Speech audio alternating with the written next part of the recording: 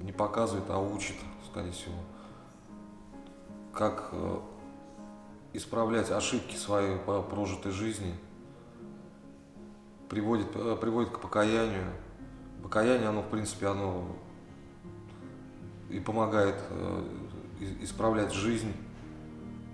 Я прошел здесь очень много послушаний с 2017 года. Работал и на огороде, и на стройке, и по обеспечению порядка и охраны. Вот сейчас тружусь на свинарнике в качестве мельника. Работа довольно-таки физическая, это приходится целый день сейчас находиться на улице. Я просто знаю то, что в миру без молитвы я бы и дня бы так не смог работать. Здесь я уже тружусь месяц, чувствую себя превосходно. Помогает молитва и литургии, причастия ежедневные. От батюшки, знаете, исходит такое тепло и расположение к нему, как вот я могу сравнить с моим родным отцом, наверное.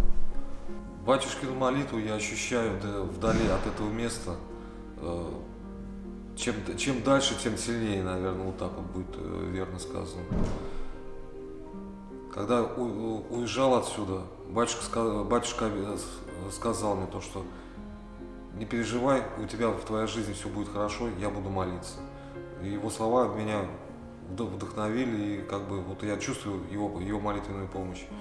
Если какие-то трудные ситуации возникают в жизни, я призываю его. Это тоже помогает очень.